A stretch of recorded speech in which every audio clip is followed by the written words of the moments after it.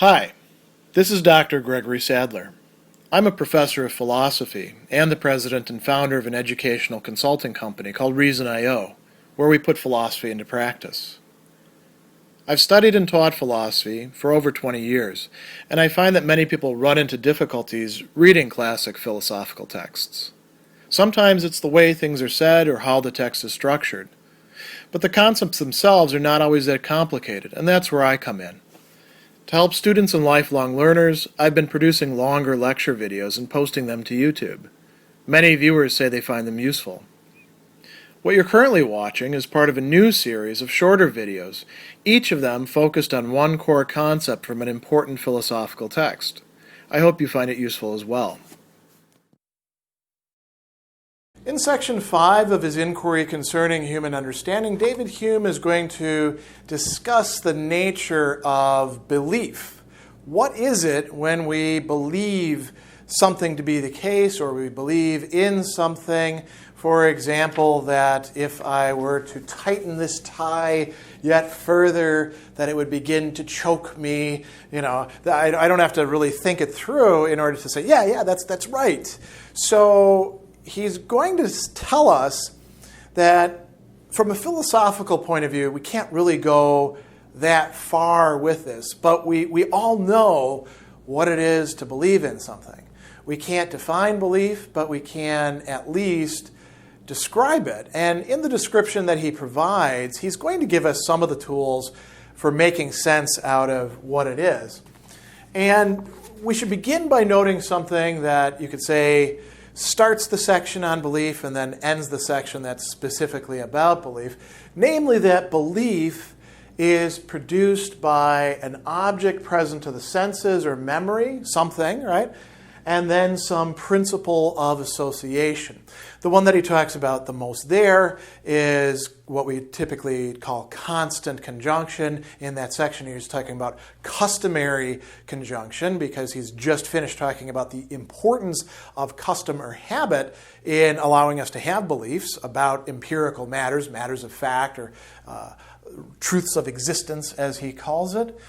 But there's two other modes of association or principles of association that play a really central role in David Hume's work, and that is resemblance and what he calls contiguity, which means being, sort of connected together in space and time. So we have resemblance, contiguity, and cause and effect. Cause and effect being understood under analysis by Hume as constant or customary conjunction of two things together, or classes of things together. So that said, coming back to this, right, we have some sort of object that is either present to us in sensory experience or perhaps inside of ourselves, like we feel a passion, or it's something that we're remembering or calling to mind, and then we believe in something else as a result of that. Now, he tells us that one way to understand this is by carrying out a kind of contrast, a comparison between two things. And this is how he begins part 2 of section 5. He says, "Nothing is more free than our imagination. Although it cannot exceed that original stock of ideas furnished by the internal and external senses, it has an unlimited power of mixing, compounding, separating, dividing these ideas in all the varieties of fiction and vision. It can feign a train of events with the appearance of reality, ascribe to them a particular time and place, conceive of them as existent, and paint them out to itself with every circumstance that belongs to any historical fact which it believes with the greatest certainty." So, let's pause on that for just a second and think about what he's saying there. And we'll do an exercise that will call upon your capacity to use your imagination in that way. So imagine, and this will not be as easy for some of you as it will for others, imagine that you're within a pine forest. Now, you may have never been in a pine forest in your life at all, so you might have to picture it from images that you've seen somewhere, or movie clips, or documentaries, or something like that. And I'll describe it a little bit to you. So there are these massive pine trees that stick up and they have branches coming out with green needles on them. And as you're walking along, the needles that have been shed are on the forest floor. So it's very quiet. As a matter of fact, the entire pine grove, there's not much wind. It's very quiet. You might be able to hear some animal noises or the rustling of leaves elsewhere, maybe traffic noises from somewhere else. But it's a quieter place when you enter it than the outside is. And as you walk along, your footsteps hardly make any sound because they're muffled by the needles. And you can smell the almost intoxicating odor of pine all over the place. Now, you might have to imagine this from your experiences of smelling something that's scented with pine if you've never actually been in a pine forest. What have you been doing this entire time? You've been imagining. You've been taking these little bits of stuff and combining them together into something that's like an experience, but it's not an experience. It's something you've, as we say, visualized, although visualization is only part of it. You're also imagining sound and smell and perhaps even tactile sensations as well. That is something that Hume would say is a fancy or a fiction. We've just engaged in it right now. You don't actually believe that you're in a pine forest. Were you to do that, you would probably either have gone super deep into some sort of imaginary experience that you now think is real, or you would be crazy, right? If you're taking the imaginations as being completely real. So he goes on and he says, what's the difference between such a fiction and a belief? What is it? He says, it's not in any peculiar idea which is annexed to such a conception as commands our assent. There's no difference in content, right? You could, in fact, be in the pine forest. As a matter of fact, as I talk about it, I feel things because I love pine forests, having grown up in an area that included many of them and having all sorts of good associations with camping and stuff like that. It kind of, I'm thinking maybe I'd like to go later on today and go to a pine forest, right? For you, it's probably not having that association. So he says it's not in any particular idea that's a component of it. So what is it? He says the mind has authority over all its ideas. It could voluntarily annex this particular idea to any fiction and consequently be able to believe whatever it pleases, contrary to what we find by daily experience. But that's not the case. We can, in our conception, join the head of a man to a body of a horse, but it's not in our power to believe that such an animal has ever really existed. We can imagine anything we like. Think about Dungeons and Dragons and the old Monster Manual, if you've ever seen that sort of thing, or any role-playing game, right? Any computer game. You can think about Minecraft and Creepers. Those are imaginary. And you can, make the graphics really great and stick them on with virtual reality goggles and I suppose put on a suit that buff at you and the thing is punching you or something like that. But it's still not real. You don't have what Hume is calling belief at this point. Because if belief was just like a component of an idea, we could add it in. So, what is it? He says that belief is, he says, the difference between fiction and belief lies in some sentiment or feeling which is annexed to the latter, annexed to belief, belongs to belief, not to the former, and depends not on the will, nor can be demanded by pleasure, or at pleasure, rather. So, what does that mean? Well, we use our will when we direct our imagination. Hey, think about this, think about this. We're doing so just at pleasure when we're letting our mind wander and our imagination is coming up with daydreams like, oh, well, wouldn't it be cool if I won the lottery and I'd buy myself this wonderful boat and I'd camp out along the Mississippi River like we did when I was a kid, or whatever it is you're imagining, right?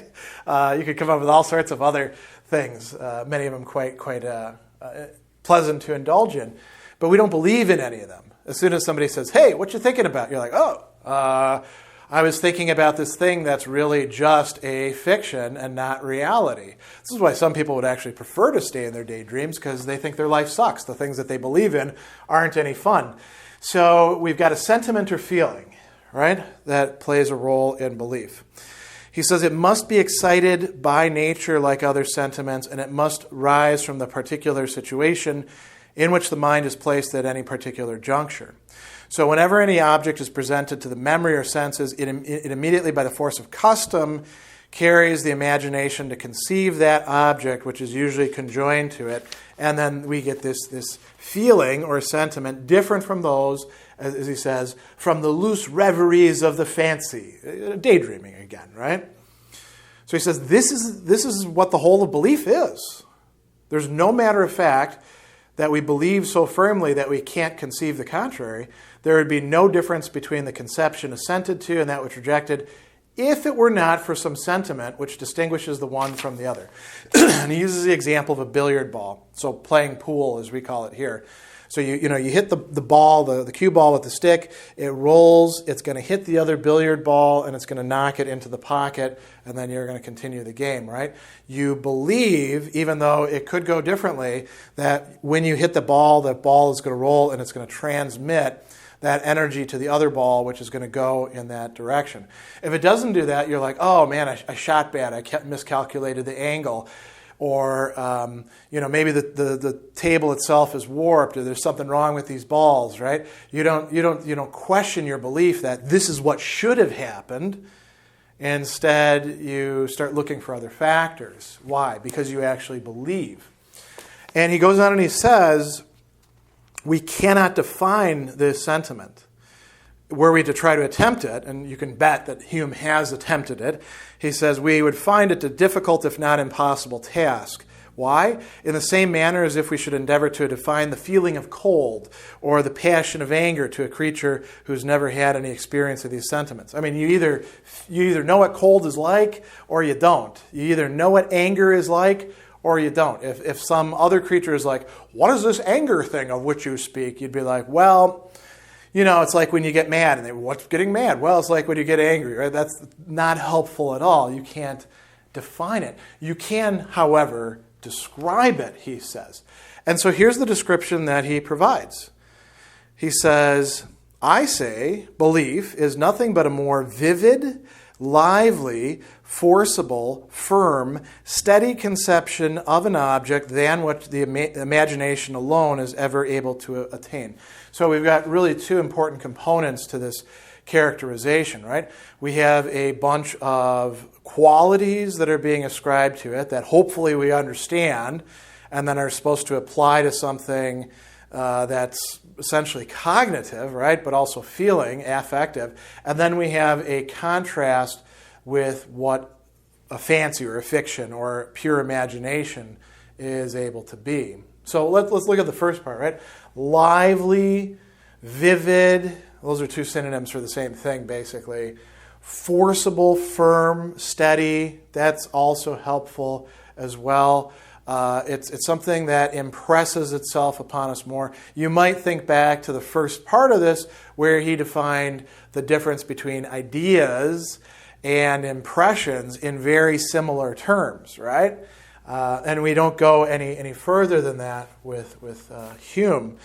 So he says this variety of terms, which may seem so unphilosophical, is intended only to express that act of the mind which renders realities, or what is taken for such. We can have belief in things that are not realities, more present to us than fictions, causes them to weigh more in the thought, gives them a superior influence on the passions and imagination. He goes on a little bit further and gives us some additional characterizations about this, saying that the belief is something felt by the mind which distinguishes the ideas of the judgment from the fictions of the imagination.